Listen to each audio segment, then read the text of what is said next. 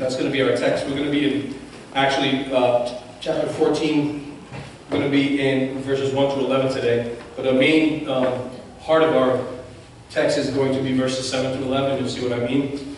But as you do that, and I'm not sure what pages I didn't write it down today. Okay, maybe somebody knows. How many people know the important, like when reading through scriptures and when reading through, there's almost a unspoken rule, or that when things repeat themselves in the Bible, they repeat themselves for us to pay attention, right? Oftentimes things are repeated for emphasis in the scriptures. A few weeks ago, we were in a teaching called When Is It Bad to Do Good? This was a number of weeks ago, and we were in this teaching called When Is It Bad to Do Good? I want to quickly read that text to you, for those of you that maybe bring it back to your memory. So you don't have to turn there. It's just to the left probably of wherever you are right now if you want to follow along. Starting in verse 10 of chapter 13, it says, "Now he was teaching in one of the synagogues on the Sabbath, and there was a woman who had a disabling spirit for 18 years. And she was bent over and could not fully straighten herself. And when Jesus saw her, he called her over and said to her, 'Woman, you are free from your disability.' And he laid his hands on her, and immediately she was made straight, and she glorified God. But the ruler of the synagogue, indignant because Jesus had healed on the Sabbath, said to the people, 'There are 6 days in which work ought to be done. Come on those days to be healed, and not on the Sabbath day.' And the Lord answered him, 'You hypocrites, do not each of you on the Sabbath untie his ox or his donkey from the manger and lead it away to water it? And ought not this woman, a daughter of Abraham, from whom Satan bound for 18 years, be loosed from this bond on the Sabbath day?' And as he said these things, all his adversaries were put to shame, and all the people rejoiced at all the glorious things that were done by him." And we got into this whole teaching about when is it bad to do good. And the question that day was it okay for Jesus to be healing on the Sabbath day? And the answer was that the Sabbath was made for man, right? Not man for the Sabbath. In other words, the purpose of the Sabbath was for the benefit of man. Right? We weren't born for the Sabbath. The Sabbath was created for us. Right? And it finds its culmination in Jesus, because Jesus says, "I am the Lord of the Sabbath." Right? And one of the things that we kind of went over that week was these Pharisees. The reason why Jesus calls them hypocrites was because they were adding all these extra rules and all these extra laws and interpreting things the way they saw fit. And they said, you couldn't do these things and you couldn't do this, but they would untie their ox, or they would untie their oxen and their cattle, whatever it is, their animals, so that they could get water on the Sabbath. And Jesus is basically saying, people matter. And they matter more than your stinking animals. And the reason why these Pharisees would untie their animals and care more for their animals is because those animals actually benefited them, right? They couldn't have, the animals wouldn't be productive if they didn't have water. So they had no problem doing these things because it was beneficial to them. And what they were showing was that their heart was far from caring about the people. Right? Because they didn't care that the people needed to be healed. And Jesus said, the Sabbath was made for us to get closer to God. I'm sure that Sabbath day, that woman who was healed, right, was very close to God. Boy, that must have been the greatest Sabbath celebration she had ever had. People matter. But we need, and we did a whole teaching on that, so I don't want to cover the first 6 verses in chapter 14. It's basically a repeat of that. So we're just going to graze it and look at it quickly, because we did a teaching. If you weren't here for that, and it's on the website, you could find it, When Is It Bad to Do Good, and hear that message. But the point that I want to make today is, when the Bible repeats itself, we ought to pay attention. Because Jesus just finished teaching about the Sabbath. And about when is it, is it okay to heal on the Sabbath? When is it okay to do good to people? What should be the motivations of your heart in these situations? He put those people to shame. surrounding people are rejoicing because they're seeing the work that he's doing. And then just a short while later, we get our scriptures today. Let's open up our Bibles. Let's just read verse 1 through 6 quickly.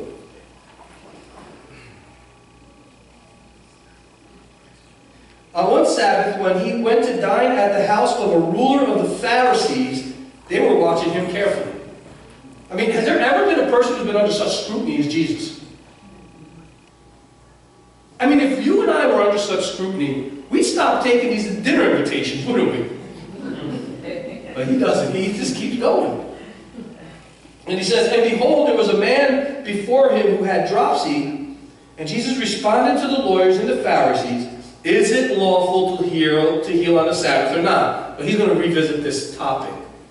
And he's going to revisit it quite closely to when he had just finished teaching on it. And that should instantly perk us up to say, all right, this is an important topic to Jesus. It ought to be one to us. But they remained silent. Then he took him and healed him and sent him away. And he said to them, which of you, having a son or an ox that has fallen into a well on a Sabbath day, will not immediately pull him out? And they could not reply to these things. Right? Look what he says to them. If you had a son, or you had an animal, and he falls in a well on the Sabbath, you're going to leave him alone. Are you going to leave him alone? Right? You're on your way to church today, and your daughter or your son falls down the embankment in the bank of your house if you have one, and it's in a heap in the bottom of the hill. You're going to say, Christian Sabbath is on Sunday, I'll see you guys when I get back. You're not going to do that, right? Why? Because people matter.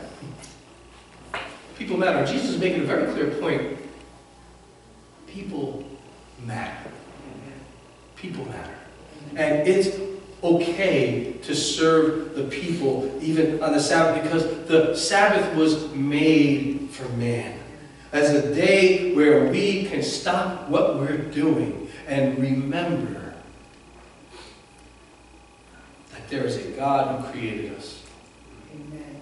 And that we naturally tend to be so busy, right, that oftentimes we need reminding, hey, slow down.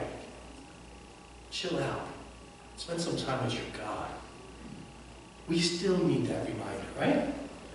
We still need that reminder. And Jesus really wants to hammer this point home, that being, doing good on the Sabbath is fine.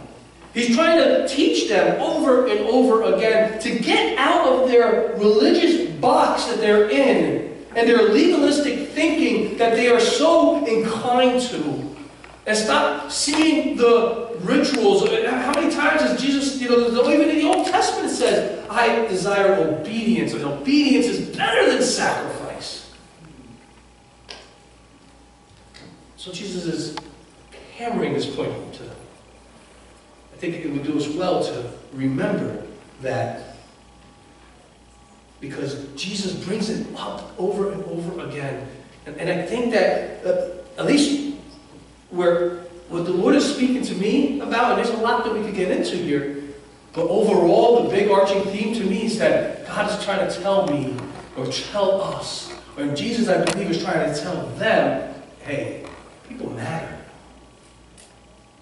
Don't, in the course of your religion, if your religion causes you to treat people like garbage, or treat people as if they are unimportant, then that's the kind of religion we need to get away from. Because people matter. Boy, I think that's something that we can hold on to today as well, amen? People ought to matter to us as well. But Jesus obviously has their attention. This is what it says.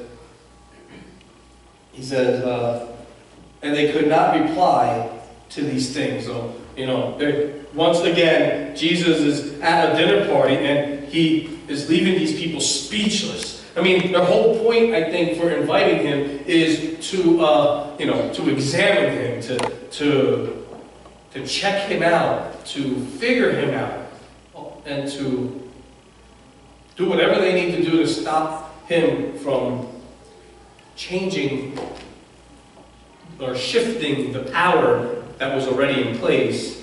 But Jesus has their attention, and then he uses that opportunity to teach them a lesson.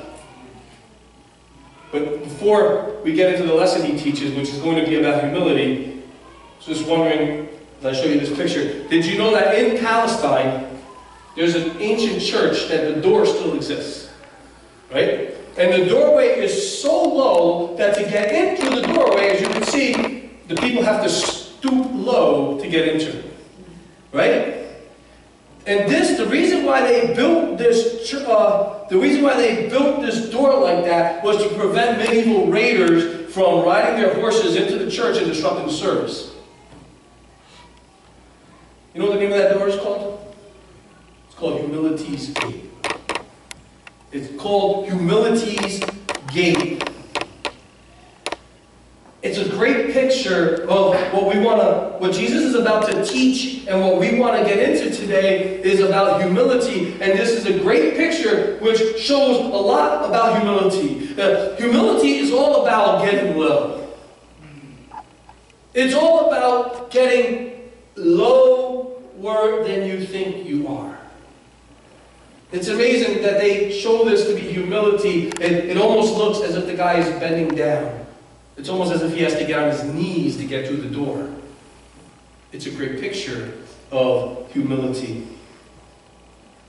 Jesus is going to take the opportunity now that he has his dinner, now that he has these people attention, now that he's continuing to teach this lesson about the Sabbath, and then he's going to shift it, or is he really shifting it, and going to teach them a lesson in humility.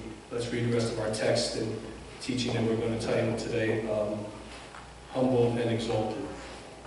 So let's finish reading verse 7 through 11. It says, now he told a parable to those who were invited. Okay? So remember, let's get our backdrop here. Jesus is invited to this dinner party. Don't think he was invited because he was so popular as much as because they're trying to keep their eye on him. He takes the opportunity to hammer home this point about people mattering. And then he takes this opportunity, now it says, he told a parable to those who were invited. So now he's going to speak to the other guests. Next week you're going to see he's going to speak to the host of the dinner party. This week he takes this first opportunity to teach the guests. It says, now he told a parable to those who were invited.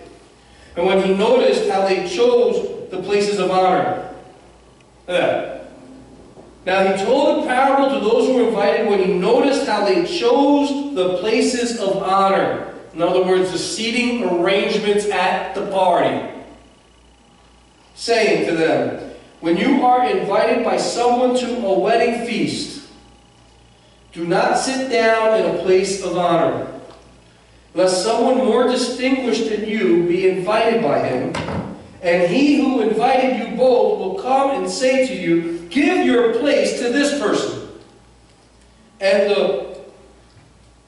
he who invited you, lest someone more distinguished than you be invited by him, verse 9. And he who invited you both will come and say to you, give your place to this person, and then you will begin with shame to take the lowest place.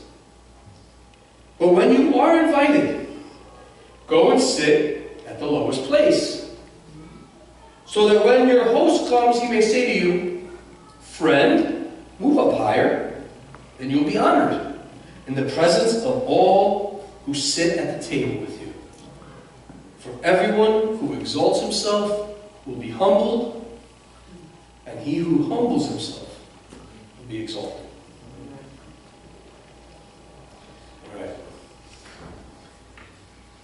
Well, Jesus begins to use a parable and he has this picture. He's already at a dinner party. He's already at a banquet. And he uses this parable. He says, not much different than this. But listen, when you guys go to a wedding, and a little different now, right? Because in our day, if you get invited to a wedding, they basically tell you where you're going to sit. So a little harder for us to wrap our brain. So think, and for some of us this won't be hard to think. Lower budget, Latino wedding, you know, at the local YMCA or something. Right? It's basically you get in or you fit in. I actually, our families went last Sunday to a friend of ours who's, their daughter-in-law is having a baby shower. Dominican family, friends of ours. And I say that to say that, you know, they do this big, right? And we walk into this place and it looked like a wedding reception to me. They looked like a baby shower as much as a big, huge party. And we were just looking for a seat. Like, we were just trying to sit down. So think something like that, right? Not like your modern weddings where, you know, you're told where to sit. And he uses this opportunity to say, when you're invited to one of these parties, don't go looking for the VIP section. Don't go trying to amp yourself up and lift yourself to a place where you get to sit down because you want to sit closest to the bride and groom. You want to sit where everyone notices you and say, oh wow, they must be real close. Oh, that's the important. Those are the important friends and all the little people in the back. Right? You ever go to a wedding and you're like, why am I sitting so far away from the back from that front table? Right? I mean, people, you know, they don't even see you. You're like behind the speakers. I don't want to be behind the speakers, Dad. I won't be behind the speakers in a couple of weeks. But, so what he's saying is, when you go to one of these parties, don't do that, because if you do that, they might not think you're as important as you think you are, obviously, and they might say, no, that seat's for someone more distinguished than you. And you're going to feel like a fool. You're going to feel humiliated when they tell you, you really know what that is, you got all your stuff down, and they say, oh, that's not your seat. So everybody, you got to get up and hang your head in shame as you make your way behind the speakers. He says, don't do that. But instead, take a lower position. Because then, when they see you, they're going to say, what are you doing back there? You're supposed to be up here. And that's a better walk. It's better to walk up than to be walking back. What's Jesus saying here? He's saying, it's better to be humble, right, than to be humiliated. That it's better to be humble than to be humiliated. So then, what exactly does it mean to be humble? Right? Because the humble person doesn't go to the front of the line. The humble person is willing to stay in the background in a sense, but to take a lower position. True humility is not to think of low of oneself. Okay? It's not to think that, lowly of yourself as much as it's to think rightfully and truthfully of yourself. That's what true humility is. True humility isn't necessarily that you think low of yourself as much as you think truthfully about yourself. It's that you don't elevate yourself to these statuses that only you think you belong to at. Right? R.C. Sproul says, if you seek exaltation for yourself, then you will be humiliated. In other words, if you try to make yourself bigger than you are going to be humiliated. For the exaltation and honor that we experience, and this is huge, I want you to listen to this and remember, if you don't remember anything else, remember this. The exaltation and honor that we experience is to be given to us, not grasped by us. It's to be given to us, not grasped by us. In other words, we ought to be given honor. We don't go and take it. And this was a heavy truth for the Pharisees to grasp because they were professionals at exalting themselves. So, and let's face it, right? Oftentimes, and perhaps I'm not alone here, oftentimes humiliation occurs when we elevate ourselves and think more highly of ourselves than what we should, right? When is it that we get our feelings hurt? We get our feelings hurt when we get to a place where we think that we don't deserve this treatment. Oftentimes, when we elevate ourselves more than highly than we ought to, and the Bible tells us, don't think of yourself more highly than you should. And the result of that is not humility. When you start to elevate, when we begin to elevate ourselves, we're not being humble, no, we're being arrogant. We're not having humility, we're having pride. And when we do that,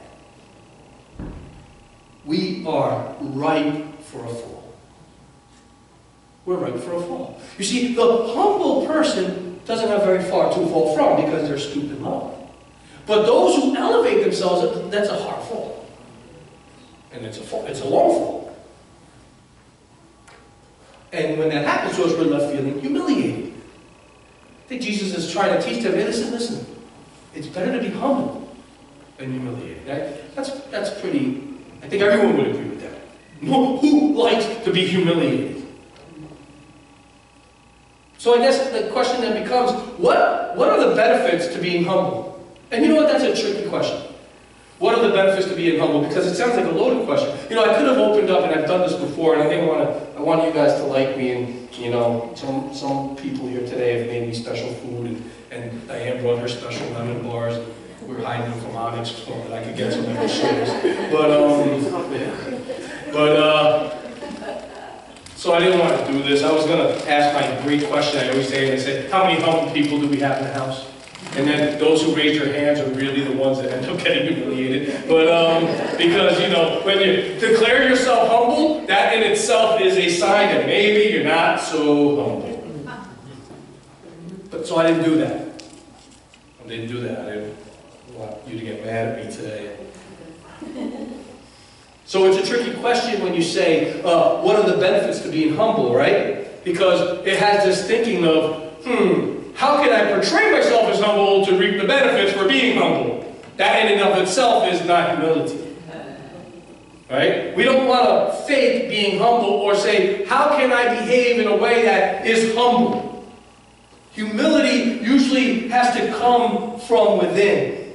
It becomes a posture of the heart. And there are people who have more of a natural bent towards it.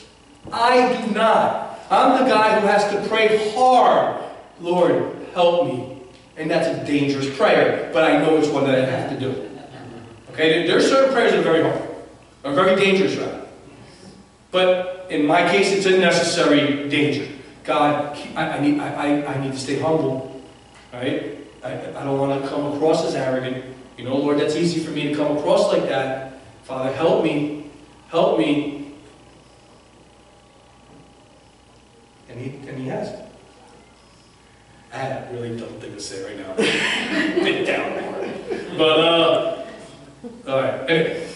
So it would be better stated to say, what is the outcome for the humble? What is the outcome for the humble? And the reality is that oftentimes the outcome for the humble is that humility leads to promotion. And I think that's what Jesus is getting across to the people here. That humility leads to promotion. Jesus says, take the lower seat when your guest sees you. And when he sees you taking that lower position, when he sees you being willing to let others go in front of you, when he sees you not elevating yourself, but rather just kind of going with the flow, he says, when you're humble like that, you're going to be elevated. You're going to be honored. Do you think Jesus really cares or is really speaking about where people ought to be sitting at a banquet? It's not the point here. It's not what Jesus is getting at. He's concerned with teaching them the value of humility. Right? True honor, he's trying to teach them, it comes opposite than the way that we have been taught that it comes naturally to us, right? Like, I'll give you my little Seinfeld reference for those of you who are from the 90s. Greatest sitcom ever. True humility is like living in the bizarro world. You know, it seems it comes opposite than what the world and the world system says. The world system says you want respect, you go get your respect. You want honor, you go get your honor. It says you have to grab what you want. You got to make it happen. But it seems that true humility comes opposite of that. It doesn't come from going and making it happen. It comes from lowering yourself and allowing people to see you in your humility. And then you will be exalted. True humility leads to greatness. True humility leads to promotion. Look what Proverbs 3:34 and 35 say. It says, toward the scornful, get me there? Because my thing's acting up today. Toward the scorners, he is scornful. Now, who is the he here? The he here is God. Right? One of the things I don't like about my version, even though you see it in capital letters, is I love the way the King James always capitalizes like the he and the him and stuff. The ESV doesn't do that. It's one of the... But I love the way it says, toward the scorners he, speaking of God, is scornful. But to the humble he gives favor. We live in a day and age where we all want the favor of God. You want God's favor? Be humble. It's funny because this is the portion where I get myself in trouble again. Those ministries that talk about the favor of God are oftentimes very far from humble. But do you really want favor from God? It's found in humility. You really want God to go before and behind you and to go and fight on your behalf? It comes from humility. It starts with humility. Look what he says. He says, toward the scorners, he is scornful. To the humble, he gives favor. The wise will inherit honor, but fools get disgrace. He associates wisdom with humility, and scornfulness or pride with foolishness and disgrace. It's a bizarre world. It's a bizarre world that the Bible tells us. It's oftentimes opposite of what we have been ingrained to believe. You have to go make it happen. We can make nothing happen. We can submit and get low before a very big God, and he can make things happen. Favor. You want favor? Comes with humility. You want promotion? It comes with humility. And that is, sorry, that is so true. Like, we think promotion, we start thinking our jobs, right? It happens in the church as well. I knew for so long that I believed that God was calling me into the ministry. I really did. I did for a long time already, way before I got here. But I was terrified of it. I was terrified of it. Because I knew what it entailed. I knew what it meant. And let me tell you, now that it's happening, now that it's happened, it looks a lot more glorious from that side of the aisle. It really does. It's not nearly as glamorous as I thought it would be when I used to sit in the pews and watch the pastor guy get to speak every Sunday. It's really not. But there was a part of me that said, if God, you're really calling me to this, I'm not going to try to make it happen. I'm going to be willing for it to happen. I'm going to do the things that are going to be necessary for it to happen. But I'm not knocking down doors. I'm not kicking in doors. I'll wait for you to open doors. And in time, he opened doors.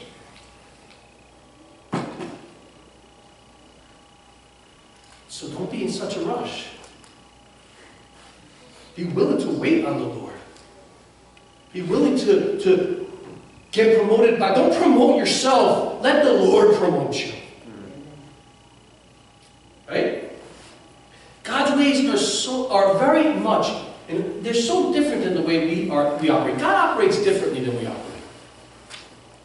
We often exalt those, listen, we often exalt those, we do as people, right, as Americans especially, we often exalt those who have self-confidence, who have a high self-esteem, who have a strong self-will, right? Those oftentimes, in our opinion, become character traits that are positive. Look how confident that person is. They have a self-confidence about them. You know what's the common word in all those words? Self, self, self. You know, we like to sugarcoat and make things nicer. And I'm not saying that we shouldn't have a certain confidence, and I'm not saying that you ought to have low self-esteem, but I'm not saying those things at all. But what we often call self-confidence, God might call arrogant. And what we call a strong will, a strong self-will, God often calls pride. Right? God's ways are different than ours. What we see oftentimes as strengths, God might see as a weakness. God calls us to say so long to self. He calls us to say so long to self. Well, those of us who are parents, you understand that concept, don't you? Before your first child arrived, it was all about you and your spouse. Right? Do what you want, go where you want. You said so long to that lifestyle as soon as Junior came, didn't you?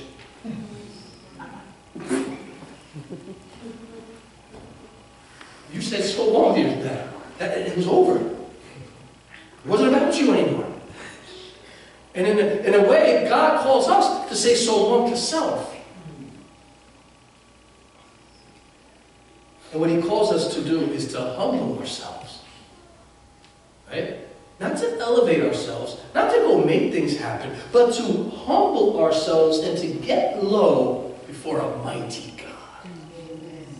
That's what He calls us to do. He says, because from God's perspective, it must be comical. Look at that fool trying to make that happen. You know you can't do nothing apart from me? And the faster we get that, the faster we can humble ourselves before a mighty God who can go before us and make things happen. Right? What verse 11 says, I think it's Jesus' main point here. It's the main point of our teaching today. For everyone who exalts himself will be humbled, and he who humbles himself will be exalted. That's pretty self-explanatory, isn't it? That's pretty self-explanatory, isn't it? Anyone constantly trying to gain the spotlight? Right? And we all know those people. Some of us are those people. It's okay. That's why God brought you here today. And I want you to know I'm preaching this to myself. Alright? I've had to be humbled so many times. That's why God gave me a wife. It's one of the reasons, I should say, that God gave me a wife. It's been such a humbling experience. Because I realize that I don't know it all. And unfortunately, she usually does. And that is not easy. Right? But this is self-explanatory. People who are constantly trying to get the spotlight, trying to elevate themselves, trying to exalt themselves, trying to make themselves more than they are, you know what? They're going to be humbled. And some of us know that. Some of that, we've lived that. You fall on your face and you feel humiliated because you're trying to make yourself more out than what you are. It's like when you put in for the job application, right? And you know, God wants me to have that job, so He'll understand that I'm about to lie on this application. And then they expect you to be able to live up to all those lies, and then you feel stupid when you don't know half of the stuff you said you knew. Those who exalt themselves will be humbled. What a great reminder for us today, right? We can't claw our way to the top. I know that that's what we've been ingrained and drilled in our media and in our current culture. You want it, you go make it happen. You don't wait for it to be given to you. You go and you grab it. You make things happen. Listen, if we try to claw our way to the top, you can expect to be humbled by the Lord. That's what the scripture says. It's not what I'm saying. I'm just repeating. And I can say it because I've experienced it. I have been humbled by the Lord when I've tried to make things happen myself. In fact, every single thing in my life, personally, that I've ever tried to make happen on myself has failed. But we also can know this, that if we remain steadfast, with integrity and have a true heart to the God and operate, listen, to the best of our ability, out of humble hearts. Right? Because when you say, I'm going to operate out of a humble heart, I don't know how humble that is. But when you say, I'm going to the best of my ability, I'm going to be true to God, and I'm going to try to operate to the best of my ability out of a humble heart, then no matter what the results, no matter what things may look like, no matter what that may seem to be the result of that, exaltation will come from the one whom we ought to be seeking it from anyway. From God. Did you hear what I just said? When we operate out of humble hearts, then we will be exalted and the one who will exalt us will be the one that we ought to be seeking exaltation from him. Right? From God. No matter if everyone kicks you and kicks dirt on your name, but you know that God is happy with you, which one you take? Those who seek the praises of men are paid in full with the praises of men. You know, if we're trying to be exalted in the eyes of people, you just may very well get that. And then it's over. And that's your payment. Yay. They think you're great. But those who humble themselves before a mighty God, He will exalt them. He will exalt them. And that's what Jesus is trying to say to these people today. He's saying, don't be willing to get low. Be willing to be humble. And when you do that, when you don't try to jump to the top, but when you stay in your lane, the lane that I have you in, the lane that my Father has you in, and you're steadfast and you're true and you're committed to that, I want you to know that what seems that people don't notice, my Father in heaven notices. And He will promote those who are humble of heart. So I want to encourage those of us here today who have been striving. And we don't try here, right? We strive. Who have been striving to live for the glory of God. And it seems like it's getting you nowhere, it's getting you somewhere.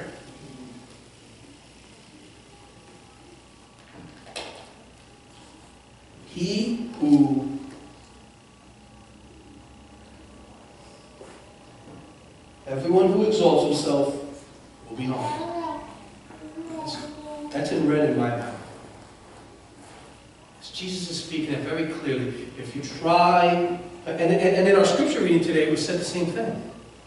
If you try to exalt yourself, you try to make yourself up more than you are, you're going to be humbled. That's what these Pharisees needed to learn. That's what some of us need to learn. That's what I've needed to learn and continue to need to learn. But if you humble yourself before God, He will exalt you. The humble will be exalted. Those exalted in themselves will be humbled. You want wisdom from God? That's wisdom from God.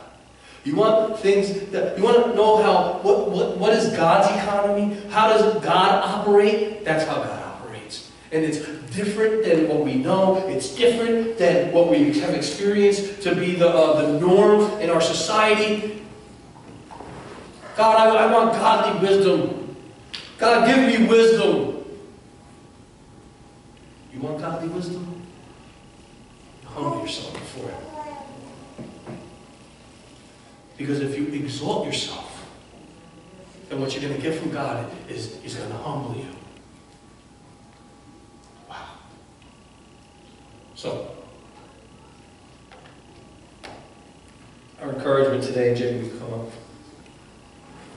Our encouragement is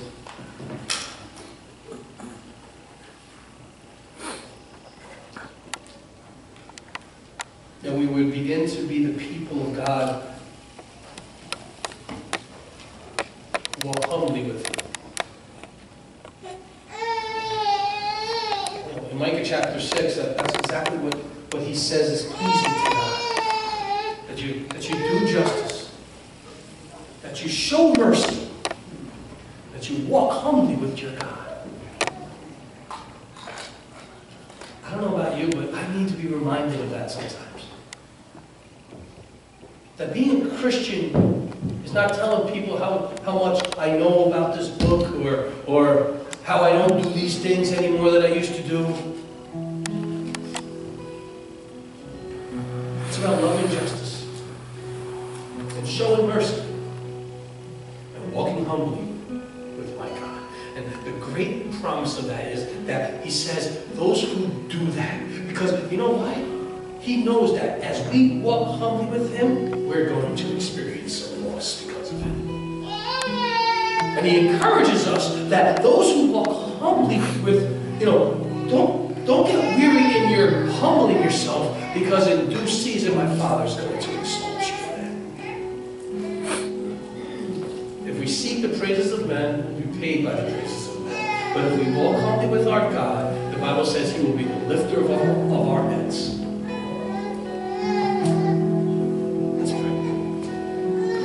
Father, I just thank You, Father, for the promises that You give us in Your Word. I pray, God, that You would just really begin to instruct our hearts. We don't want to just be readers of Your Word or speakers of Your Word. We want to be doers of Your Word.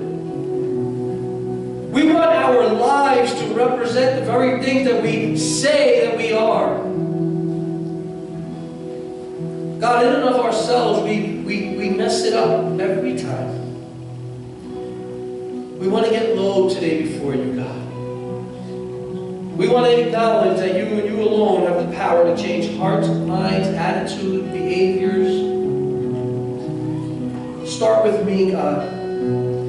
Father, I pray that the prayer of each and every one of us in this place today would be, start with me, God. Start with me, God.